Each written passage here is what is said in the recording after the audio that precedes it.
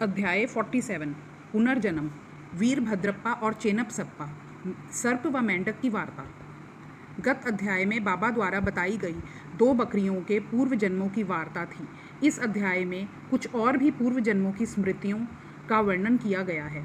प्रस्तुत कथा वीरभद्रप्पा और चेन्नप्पा के संबंध में है। प्रस्तावना। हे त्रिगुणातीत ज्ञानावतार श्री साईं, तुम्हारी मूर्ति कितनी भव्य और सुंदर है। हे अंतर्यामीन, तुम्हारे श्रीमुख की आभा धन्य है। उसका क्षण मात्र भी अवलोकन करने से पूर्व जन्मों के समस्त दुखों का नाश होकर सुख का द्वार खुल जाता है। परंतु हे मेरे प्यारे श्री साईं, यदि तुम अपने स्वभाववश ही कुछ कृपा कटाक्ष करो तभी इसकी कुछ आशा हो सकती है। तुम्हारी दृष्टि मात्र से ही हमारे कर्म बंधन छिन्न भिन्न हो जाते हैं और हमें आनंद की प्राप्ति हो जाती है। गंगा में स्नान करने से समस्त पाप नष्ट हो जाते हैं, परंतु गंगा माई भी संतों के आगमन की सदैव उत्सुकता पूर्वक राह देखा करती है कि वे कब पधारें और मुझे अपनी चरण रज से पावन करें। श्री साईं तो संत चूड़ामणि हैं। अब उनके द्वारा ही हृदय पवित्र बनाने वाली यह कथा सुनिए।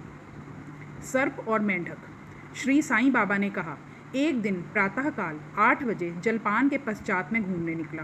चलते चलते मैं एक छोटी सी नदी के किनारे पहुंचा। मैं अधिक थक चुका था, इस कारण वहां बैठकर कुछ देर विश्राम करने लगा। कुछ देर के पश्चात ही मैंने हाथ पैर धोए और स्नान किया। तब कहीं मेरी थकावट दूर हुई और मुझे कुछ विश्रांति का अनुभव होने लगा। उस स्थान से एक पगडंडी और बैलगाड़ी के जाने का मार्ग था, जिसके दोनों ओर सघन वृक्ष थे। मलय बयार मंद मंद बह रही थी। मैं चिलम भर ही रहा था कि इतने में मेरे कानों में एक मेंढक के बुरी तरह टर्राने की ध्वनि पड़ी।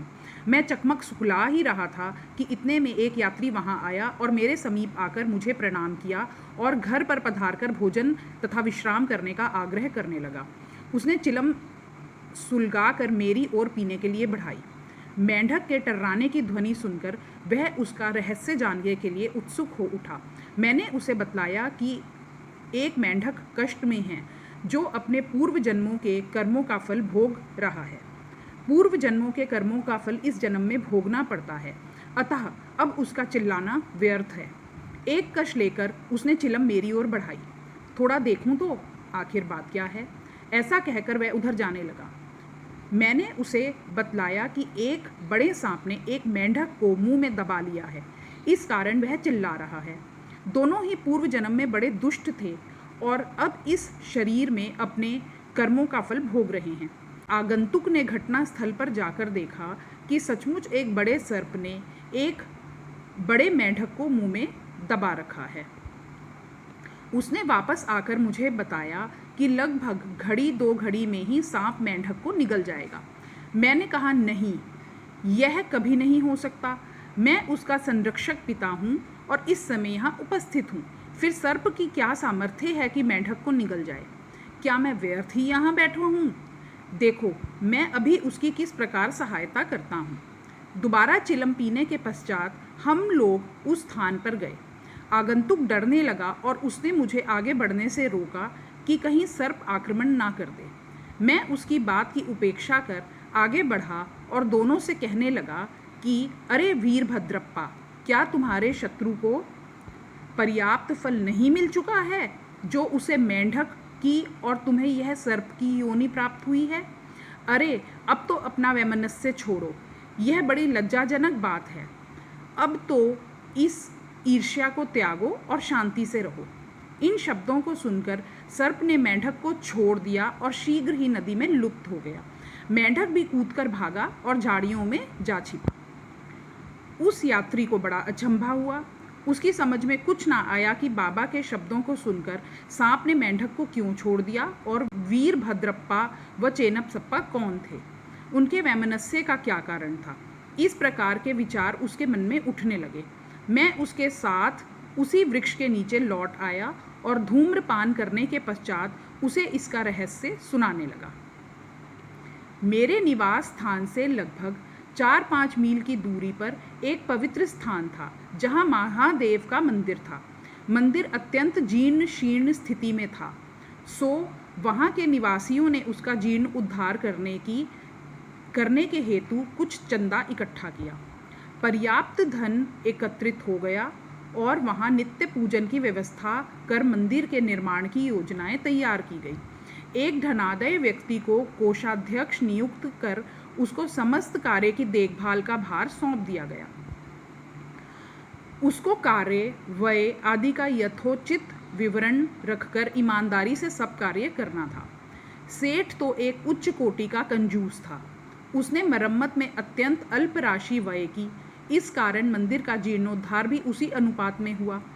उसने सब राशि व्यय कर दी तथा कुछ अंश स्वयं हड़प लिया और उसने अपने गांठ से एक पाई भी व्यय ना की। उसकी वाणी अधिक रसीली थी, इसलिए उसने लोगों को किसी प्रकार समझा बुझा लिया और कार्य पूर्ववत ही अधूरा रह गया। लोग फिर संगठित होकर उसके पास जाकर कहने लगे, सेठ साहब, कृपया कार्य शीघ्र पूर्ण कीजिए।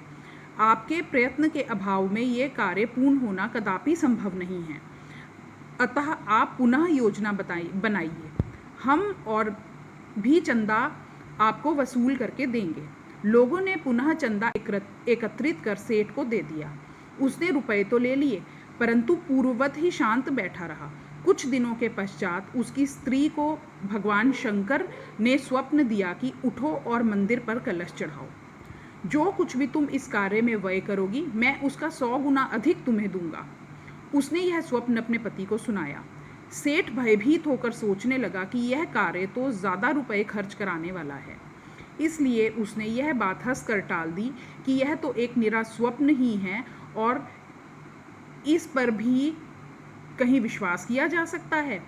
यदि ऐसा होता तो महादेव स्वयं मेरे समक्ष ही प्रकट होकर यह बात मुझसे ना कह देते। मैं क्या तुमसे अधिक दूर था? यह स्वप्न शुभ फलदायक नहीं है। यह तो पति पत्नी के संबंध बिगाड़ने वाला है। इसलिए तुम शांत रहो। भगवान को ऐसे द्रव्य की आवश्यकता ही कहाँ जो दानियों की इच्छा के विरुद्ध एकत्र किया गया हो। वे तो सदैव प्रेम के भूखे हैं तथा प्रेम और भक्ति पूर्वक दिए गए एक तुच्छ तांबे का सिक्का भी सहर्ष स्वीकार कर लेते हैं। महादेव ने पुनः सेठानी को स्वप्न में कह दिया कि तुम अपने पति की व्यर्थ की बातों और उसके पास संचित धन की ओर ध्यान न दो और ना उससे मंदिर बनवाने के लिए आग्रह ही करो। मैं तो तुम्हारे प्रेम और भक्ति का ही भूखा हूँ। जो कुछ भी तुम्हारी व्यय करने की इच्छा हो सो अपने पास से करो। उसने अपने पति से विचार विनिमय करके अपने पिता से प्राप्त आभूषणों को विक्रय करने का निश्चय किया। तब कृपण सेठ अशांत हो उठा।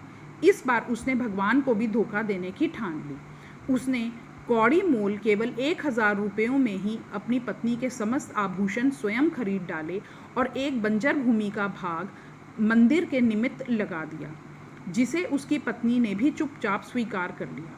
सेठ ने जो भूमि दी वह उसकी स्वयं की न थी, वरन एक निर्धन स्त्री दुबकी की थी, जो इसके यहाँ 200 रुपयों में गिरवी रखी हुई थी।